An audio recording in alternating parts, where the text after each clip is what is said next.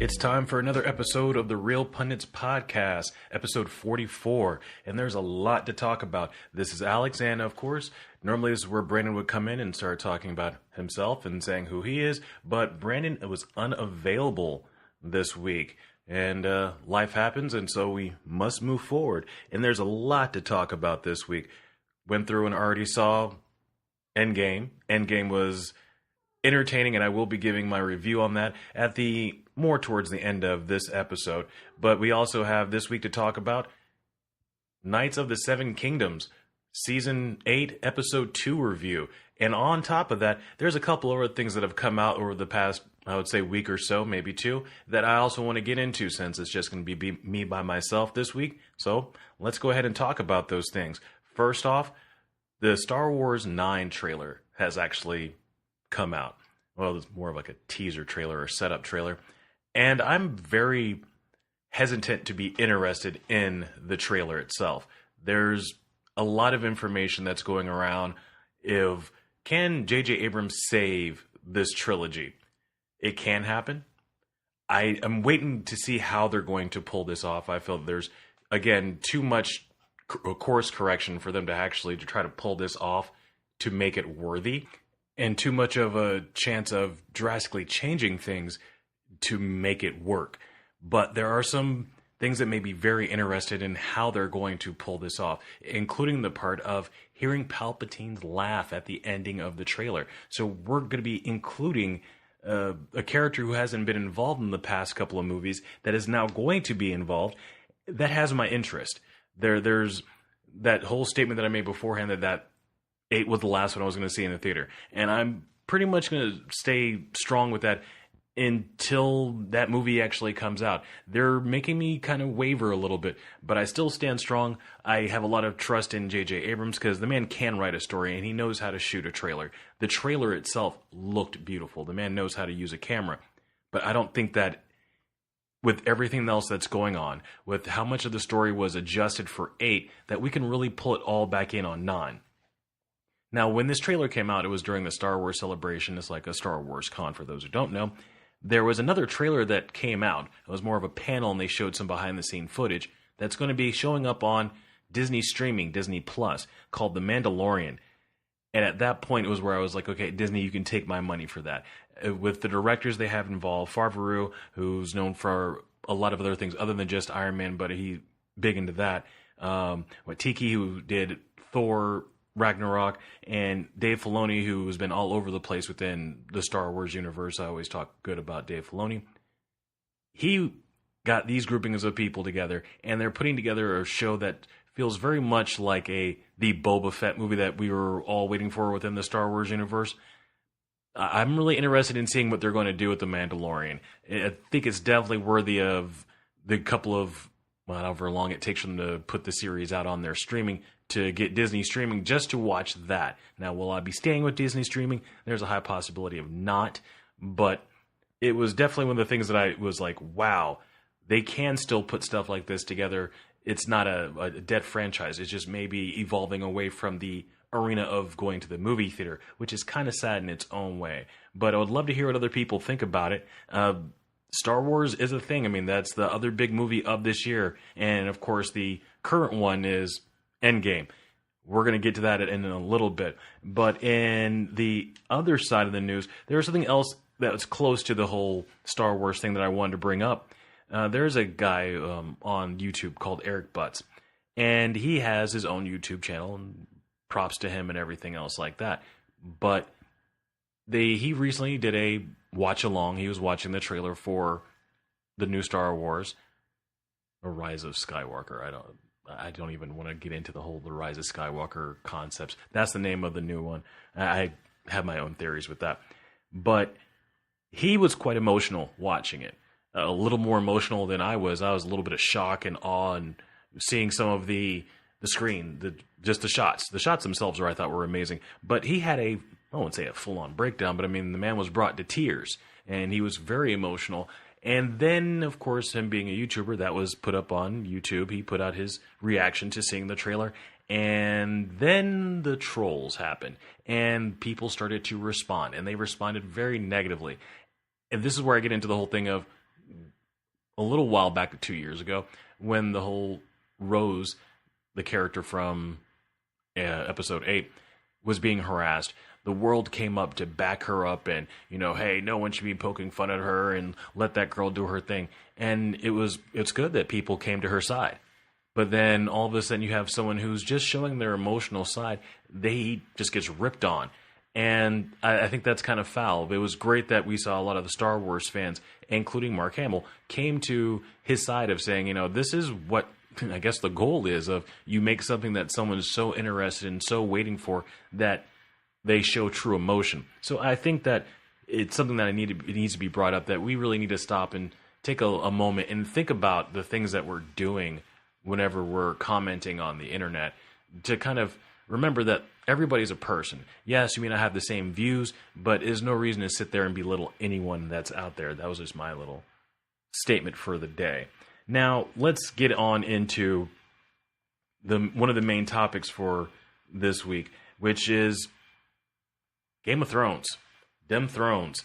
We have gotten to episode 2, and all I can say is, to me, my own personal opinion, since I don't really have to fight against Brandon over this whole situation, this may be one of the more memorable episodes of this season. Now, of course, it's hard to sit there and say, but this episode for me overshone everything else that was done beforehand. This was a good culmination episode that it started with, and we'll get to the ending at the end. It started with the trial of Jaime Lannister, a person that I think that we've been waiting to see him go on trial in front of the people that he's wronged. And it just happens to be that every person that he's done wrong almost was all in the same room when he showed up. But to me, there's things that were brought up that it shows the changes in Jaime going all the way from episode 1, season 1 to now.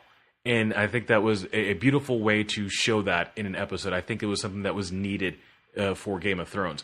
Now, the next parts of this were the interactions of the preparations for war. Just like Brandon and I were talking about on the last episode, this was the planning, and then we'll have a room full of people and we'll do some more planning. This was the preparation episode. But what we got in this preparation episode was a chance to sit there and see, I wouldn't say the human side, but the realistic side of, well, tomorrow we're going to die. And there was a lot of moments of that, of people rejoining, going, hey, we may not get through this, but you know what? Let's stop and take a moment and just be human. And I think that was quite enjoyable as far as an episode. I think that moment of levity was needed, and not humorous levity, but just that break before we get back into the war and the battle for the throne. Because this episode, for almost majority of it, you stop thinking about the throne and what everybody's been, well, mainly Daenerys is fighting for, is now about what's right around the corner. And they had until almost sunrise to get prepared for it. So it wasn't a very long episode. Well, it was an hour-long episode, but it wasn't a long episode within the timeline within that episode, if that makes any sense. That you get to kind of just sit with these characters that you've known for the past couple of seasons, knowing that somewhere in the next couple of episodes, we're not going to have all the characters we started off with. So it was a good chance to have those moments. Now, the one moment that stood out to me, since Brandon's not here to sit there and go through and talk about all the moments that he thought were great, I'm just going to cut to mine. My favorite moment was the knighting of Brienne. Now, to me, that was so heartfelt. It was a moment that was almost needed. That fireside chat that led up to it reminded us that these people, as BA as they are still mortal for the majority of them. And having the secondary characters all together talking and just reminiscing about the things that they've done and who they've become in that process. Because it was a grouping of people that have all fought the Starks at one time or another, one Stark or another. And they all got together just to go, yep, and here we all are sitting in the same room, drinking, sitting by a fire, knowing that soon things are going to make a huge change. I think this episode was more needed than the first one, where we were gathering all the pieces for our chess game that we were going to get into. This was us putting all the pieces on the board and going, okay, what side of the board do you want to play on? we were playing chess, hey, do you want to play white or black? This is what this episode was, and I think it's a good escalation into what we're going to be getting this weekend of the actual battle. It's no longer time to prepare and talk, because that was where the ending of the episode kind of left us off at, is they were sitting down, well, not sitting down, but you have Jon Snow, or Jon Targaryen, and Dany having a conversation where Jon is basically putting it down. It's like, you know what? You're not the only Targaryen in the house. I exist for a reason. And just as she gets ready to respond, and you could see it inside of her, she was getting ready to go off about the fact of, oh no, because technically you be the next in line to get the throne. Ain't nobody getting in the way of me and the throne. Which is, again, showing their little points that Daenerys has that throne madness. And we're going to be seeing that all throughout, I think, this entire thing. I have this weird feeling that there's going to come a moment, maybe not the next episode, but the one after that, where Dany's going to turn her back on Jon. But I also think that Jon is going to show his moment of, I really don't care. This isn't about the throne. This is about me saving the North, which Sansa also in this episode showed that no matter how nice you are, how complimenting you, or you try to help her out, you still got to remember, I'm here for the North. I don't care about anything but the North. And getting a chance to see that Dany having a sweeter conversation with Sansa and trying to quell things and like, hey, we're on the same team. I love your brother. I know you love your brother. And we should be able to work together. And Dany was just laying it all out there. But you could tell it was a game of manipulation, because at the very end of it, Sansa had to remind her, yeah, that's all cool. I got your back. But if you mess over the North, we going to have problems. And I thought that was another interesting moment to have. They set up a lot of things that could be detrimental in the future. Not that we have that long of a future with the series, but of how this is going to end all. I'm looking forward to seeing it. It definitely has my interest. I really will be holding this episode very closely, because it's the preparation before the battle. We didn't get a jump from, okay, everybody's here, okay, we're going into battle. We had that moment to sit there and remember all the different characters. And yes, I ignored the fact of Arya's boobies. So, moving on to the next thing that I wanted to talk about. The next thing is, I saw Avengers Endgame last night, and it was a movie experience. I'm not going to go through and do any spoilers on this, but I am going to say that they went through and told a story that picked up right connected to Infinity War. I personally feel that because, well, first of all, insider knowledge is they did shoot this all at one time, so there wasn't like this huge gap of time and then they had to go shoot it and blah, blah, blah. This was shot sequentially, and it felt like it. The story picked up right where we left off. There was an adjustment of what we're doing and where we're going to go. I thought that every character had a better chance to shine than you would see in Infinity War. That's currently involved in the whole thing. I thought they did a great job of bringing this to a head and ending 10 years of Marvel movie magic. I think they did a great job, but it's also very bittersweet to me, because at this point I'm going, in my head, where are you going to go that's going to have the same level of fanfare as this? The audience response to this was amazing. I was almost enjoying being in the theater, listening to people watch this. And there was no spoiler for me. I wasn't digging for anything, but just going through and watch the movie and seeing how people are so engrossed in these characters. And when certain things happen, there were cheers and laughter. And of course, there were some tears in this. But I was really impressed to see that people were that invested in the movie. And Infinity War did a great job of prepping us to be that invested in these characters. I want to sit there and give nitpicking on this movie, to sit there and go, well, there's this bad thing and that bad thing. But I'm having a really hard time not talking about it without doing any major spoiling. All of our 5 main Avengers that are back from Infinity War, they've gathered together and they have to deal with what has happened. And now their goal is to correct said situation. They go through, set up a plan, and they attempt to pull it off. But of course, anytime anybody, whether it's superhero or not, tries to pull off a plan, there's always something that goes wrong.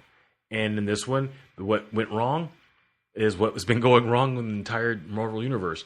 Thanos is involved in this movie, and he makes sure that he is seen and known in this movie.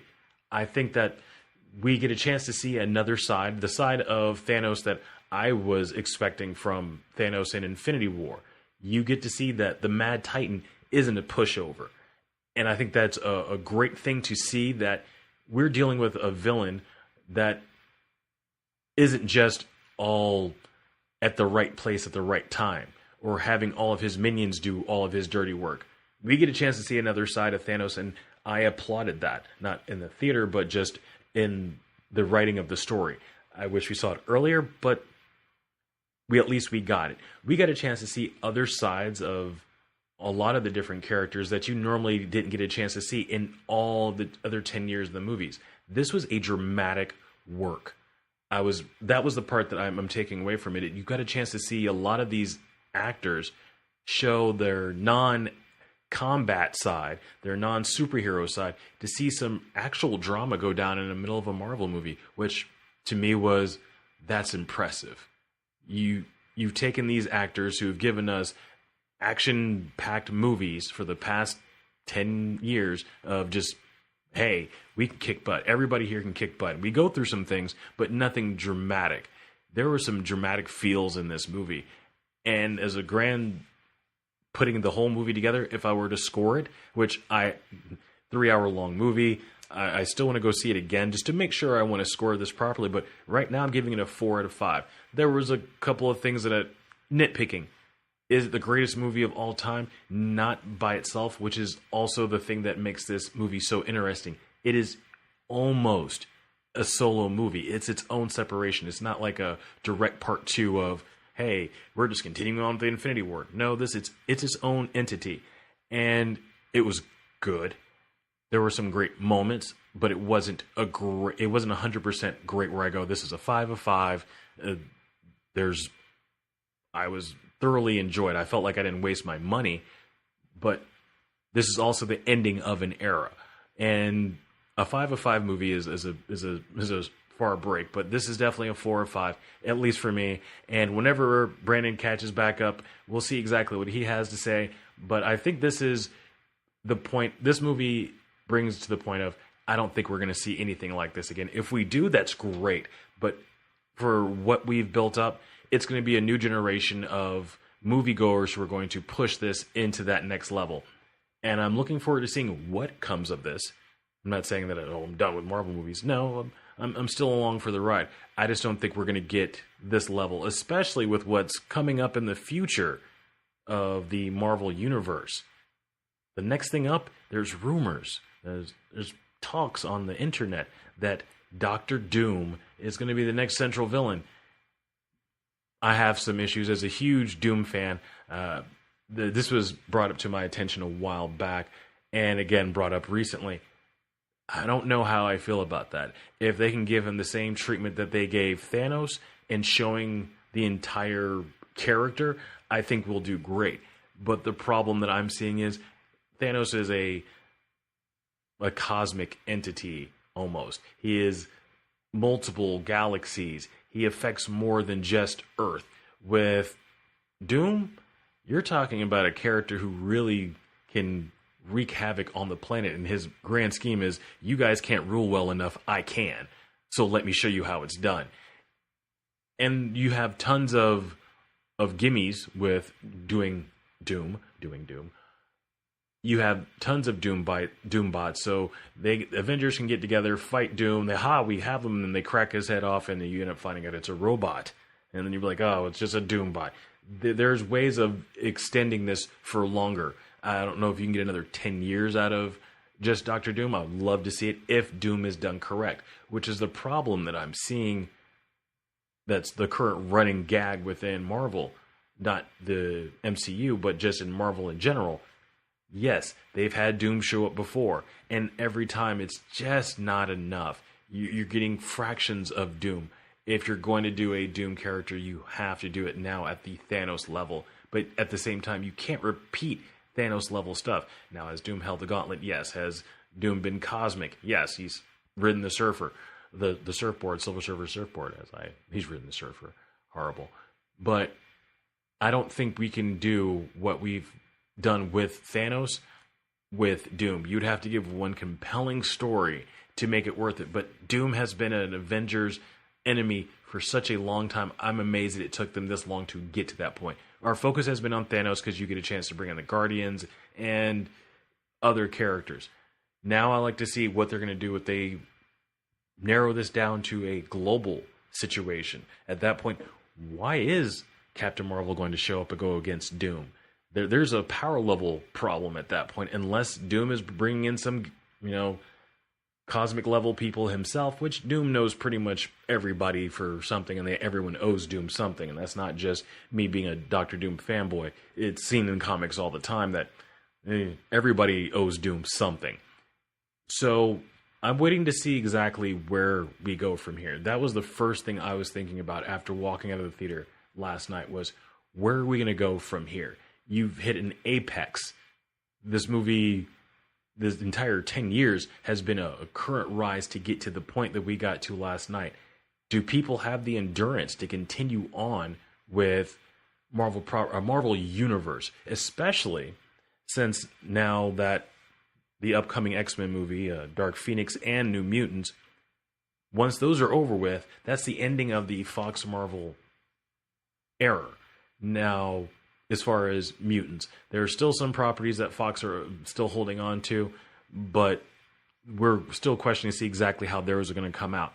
But from that point, you have the possibility of the X-Men showing up in the MCU and having, oh boy, Deadpool show up in an Avengers movie. Can it happen? Yes. Should it happen? It would be great. Will it happen? Not very highly. But we have those opportunities that are coming up with the mixing of all these different characters being owned by one entity. So it's going to be interesting to see where the Avengers go from here. Maybe we'll start off with a new team and we'll go in a different direction. Maybe it'll be the all-female team. We'll have to wait and see. That's been something that's been in the rumor mill for a while now. We're going to find out. We have some time on our hands and other movies are coming out. But now that this is out, the big thing that's on the horizon is Star Wars Episode 9. And we're going to be keeping a track on that. Even though I may still be doing my whole, I'm not wasting my money on any more Star Wars movies in the theater. They may turn me by the time this is over with. But they're going to have to do a lot of work to do so. But we're going to see. And that is pretty much all I have to talk about as far as this week. But we have upcoming the return of Brandon whenever he shows back up. And until that time, I'll be the one who's doing the shows for a while. There's some things that are coming out on TV or in streaming land, because it's no longer really just TV, that I would love to get into. One of my major topics that I'm still doing a little bit of research on is there's going to be a Halo, the game that came out on the Xbox originally. They're doing a TV series on that. I'm going to be doing a little bit more research once I get some more information on it. I'm going to be sharing that with everyone that I know. So until that time, that is The Real Pundits episode 44. And if you want to contact us, you can hit us up at mailbag@therealpundits.com. And of course, you can hit us up on Twitter at The Real Pundits, And of course, if you have any questions or comments, or hey, you just want to interact with us, we have a Facebook group, we have our email. Hit us up. We would love to talk about anything film-based. And especially once we get past Game of Thrones, there's going to be a huge void of entertainment in the world. So we need to see exactly where we're going with things. Hey, we have some insider information. We're looking at stuff. We're constantly doing research. Maybe we'll share some of that stuff with you. Or you can do your own research. Hit us up. We'll battle you, because there's always more information out there than one person or two people can go through and take in at one time. We're willing to go through and battle against you or battle with you. Just hit us up. And on that note, that's pretty much it. So, bye.